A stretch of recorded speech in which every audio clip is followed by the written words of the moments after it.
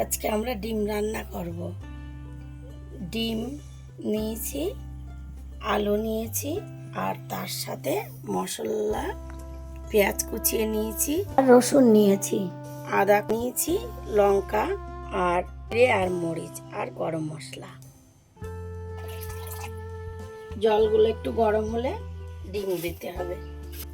ডিমটা দিয়ে দেবো। ডিমগুলো ডবল কুসুমের ডিম। একটু নুন দিয়ে দেবো।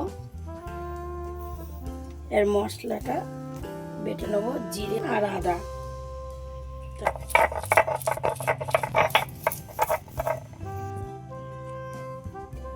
জিরে আর মরিচ বেটে নেব।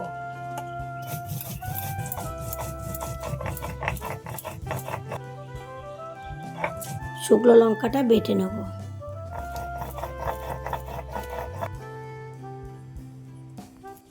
আলুগুলো কেটে নেব।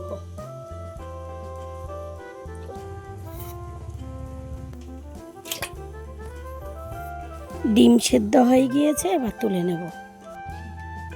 এবার ডিমটা ছাড়িয়ে নেব।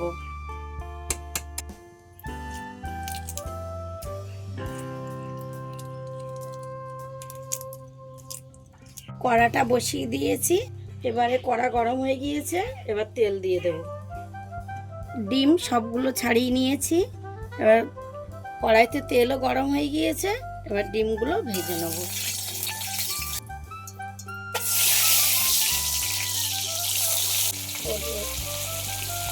এবার ডিম ভাজা হয়ে গিয়েছে, এবার তুলে নেব।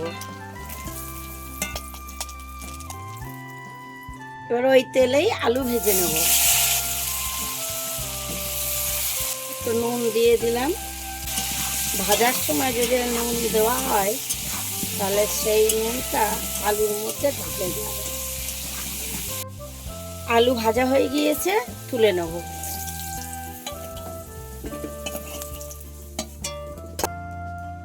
কুচনো পেঁয়াজ দিয়ে দেব, আদা রসুন বাটা, লঙ্কা বাটা, জিরে বাটা, লবণ, হলুদ, ধনের গুঁড়ো, একটু জল দিয়ে দেবো। ভালো করে কষিয়ে নেব। মশলা কষানো হয়ে গিয়েছে, এবার আলুগুলো দিয়ে দেবো।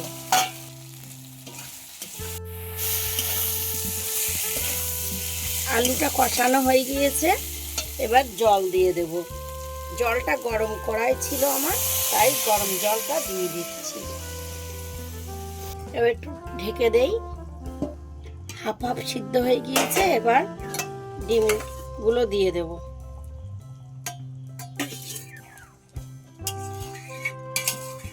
আরো একবার ঢেকে দেব। খুলে দেখি, হেবি সুন্দর আলুগুলো গলে গিয়েছে। এবার গরম মশলাটা দিয়ে দেবো।